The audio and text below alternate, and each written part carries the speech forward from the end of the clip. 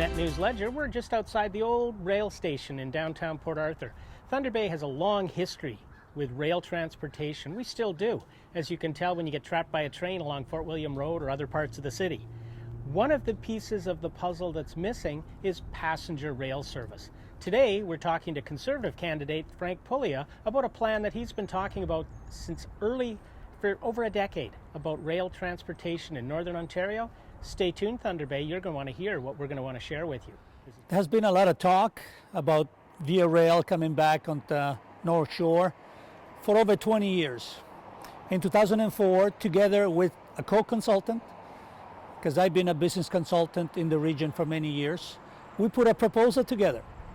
I contacted all the communities along the shore, including the city of Thunder Bay.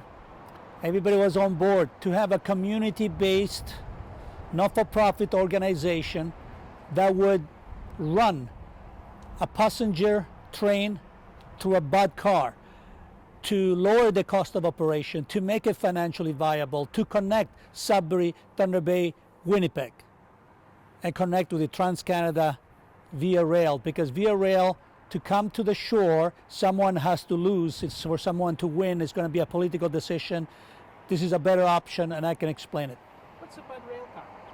A BUD rail is a self-contained car with an engine that doesn't have to turn, get off. It can just reverse and go the other way.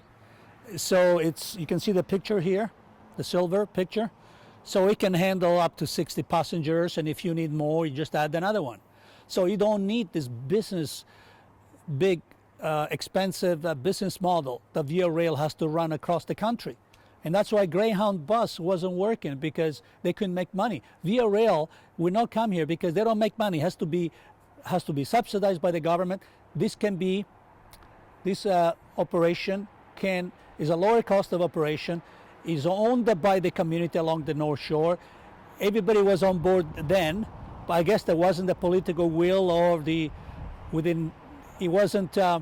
was the option of Via Rail was being banded around at that time, but this is a much more viable option, which I think will work, and I will present it, especially if elected. This is something everyone can get behind, because it will be owned by the community along the shore.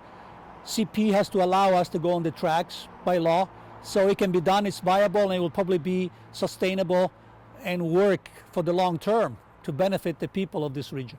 Is this the power of collaboration and working together that you've been talking about? Absolutely.